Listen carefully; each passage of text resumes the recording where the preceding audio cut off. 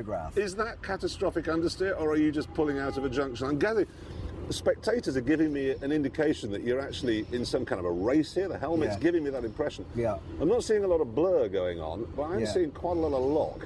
A lot of understeer. Funny you should mention that. This is to show you... That's what it was like when you took out the interior trim? Or... This is what it was like after having owned it for 25 years. You owned it for 25 years? Mm-hmm. You never got rid of your first car? Do you think that's unusual? No, but it's weird you should say, because my first car was a Ford Cortina, 1600E. Now, this was a car that was a wooden dashboard. Do you remember the one? It dipped down dashboard, 4 dials on it. Then you got the 2 main ones, leather steering wheel, bucket seats, 1.6 cross-flow engine, amazing car, road-style wheels, twin headlamps, brilliant. Sold it, inevitably.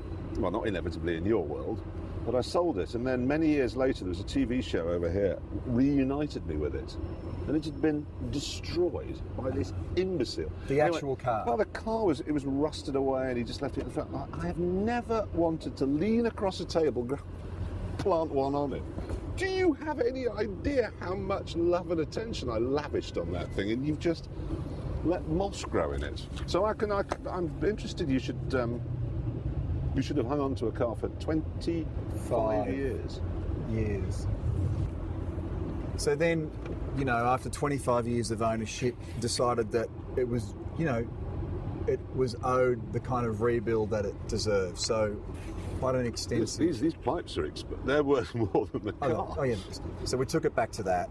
Whoa, a bare metal rebuild. Yeah, I love your work. And we ended up... Is that we? Do you actually get... Ooh! It's like a Dodge Charger. Are you now thinking this is the missing link in your garage at home? No. You see, the thing is, you people that live in really big countries, you like big cars. But I have driven a great many muscle cars. Mustang 390 GTs, Hemis, Roadrunners, even big Corvettes, Callaway Corvette, twin turbo. Mm-hmm. They're all crap. To drive. Immensely powerful. They make a great noise and they look wonderful. And I look at that and go, yeah. And I also love the Pirelli P7 look-alike tyres. And I like your wheels. I like the deep dish width. You see, I like that very much. You ready for this one? Look at this. Yeah. I can see the visual. Honestly, I can see exactly. There it is plain. No. I bet when you get home and you get into that, do you keep it at home? Sometimes. Not all the time. Close the door.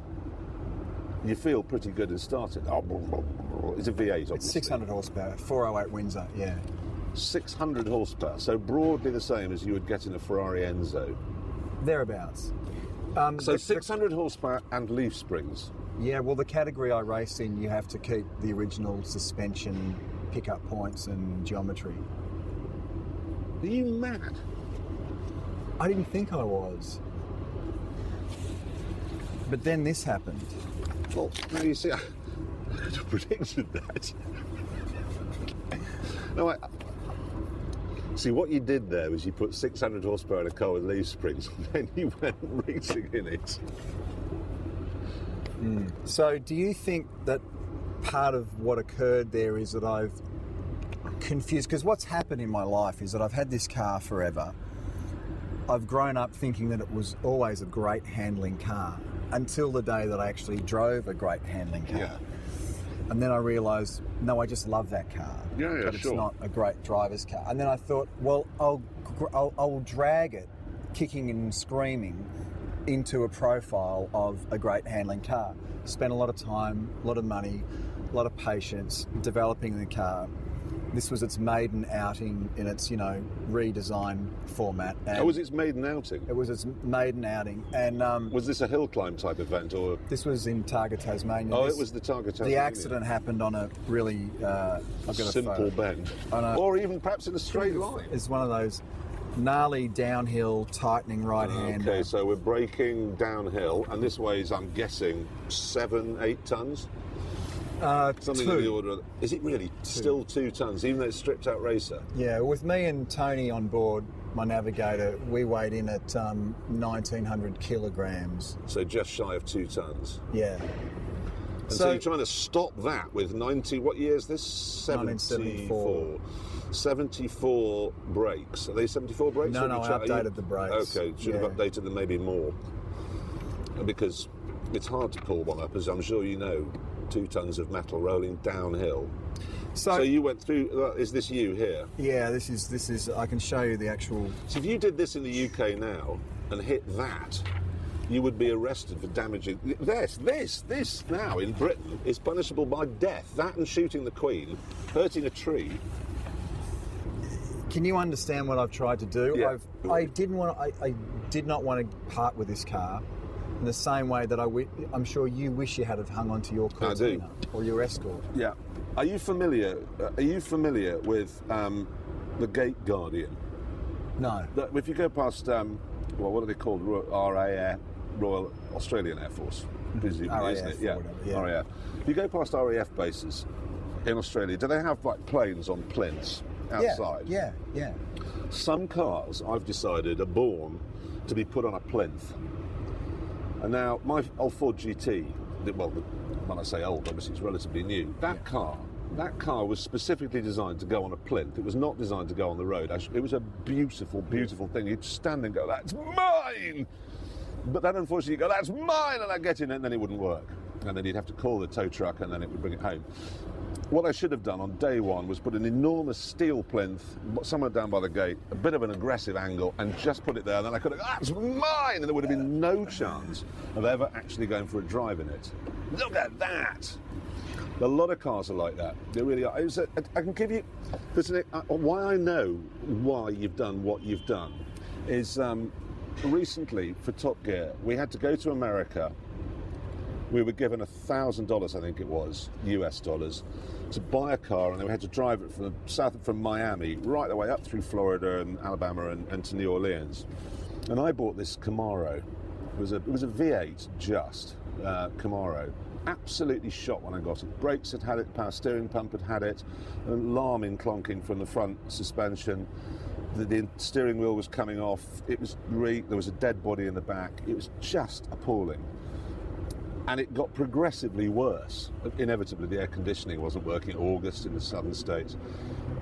When I got to New Orleans, I loved that car more than I loved pretty much life itself. Because I was the only person, anyone else that would have got into it would simply not have been able to make it work. There wasn't enough clutch play, you had to work out how to turn the steering wheel. Everything was, you had to be in tune with it, absolutely. As much as you would know every little detail on that big Avenger. No, much as you know every detail on that. And it's like, that's really where a relationship comes from. Because there was a guy called Charles Babbage who invented the computer back in the 18th century. He talked about the unerring certainty of machinery. Okay, now the problem you have is that when you have the unerring certainty of machinery, it is a machine. When something has foibles and won't handle properly, that gives it a particularly human quality because it makes mistakes. And that's how you can build a relationship with a car that other people won't get. And that's why I can understand what you've done, but you should have put it on a plinth, taken a picture of it, really good quality, high quality picture of it, taken it down to some really good photographic shop in Melbourne, had it turned into an enormous poster and put it on your wall.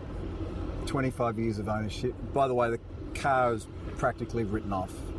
You're not rebuilding it? It's kind of worse than it looks. It's really sort of had because it's so the floor like stiff that. And it's got a full cage and it's done a bit of that. I'm now at this juncture where anything's rebuildable, as we know. Anything is repairable. I've got a little bit of middle-class guilt about the fact that someone else may not be able to repair that car. Someone fortunate like myself can entertain the option.